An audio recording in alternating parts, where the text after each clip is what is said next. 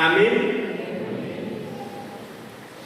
Oleh karena itu Bapak Ibu Saudara-saudari, ketika mengalami kegagalan, jangan pernah meninggalkan Tuhan.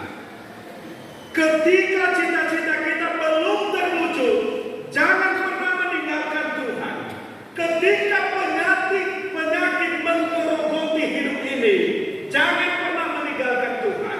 Ketika dalam hidup ini tidak semulus apa yang kita rencanakan, jangan pernah meninggalkan Tuhan.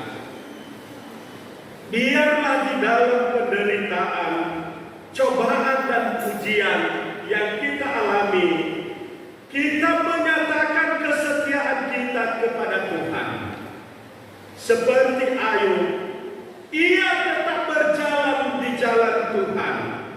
Ia tetap menuruti firman Tuhan di dalam penderitaan yang ia alami.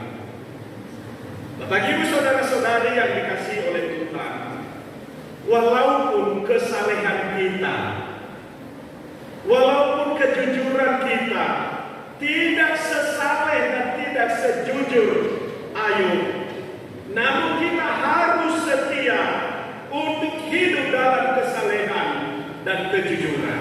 Mengapa?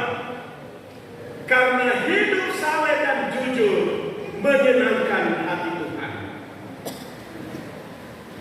Karena hidup dalam ketaatan menyenangkan hati Tuhan dan menyenangkan hati manusia juga.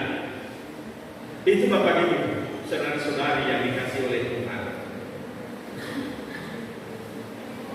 Bapak Ibu, terakhir yang menjadi perenungan kita, Allah kita adalah Allah yang tidak pernah berubah. Karena itu, setialah kepada Tuhan. Sekali lagi, Allah kita adalah Allah yang tidak pernah berubah. Karena itu, setialah kepada Tuhan. Nyatakanlah dan buktikanlah kesetiaanmu kepada Tuhan dalam kehidupanmu sehari-hari, termasuk ketika penderitaan, ujian, dan cobaan menghampiri. Amin. Sekali lagi Bapak Ibu Saudara-saudara, Allah kita adalah Allah yang tidak pernah berubah. Karena itu, setialah kepada Tuhan. Buktikanlah kesetiaanmu kepada Tuhan dalam kehidupanmu sehari-hari, termasuk ketika penderitaan, ujian, dan cobaan menghampiri. Tuhan Yesus memberkati kita semua. Nasafalan kepada kita diambil dari Ayub pasal 23 ayat 13. Ayub pasal 23 ayat 13, beginilah firman Tuhan.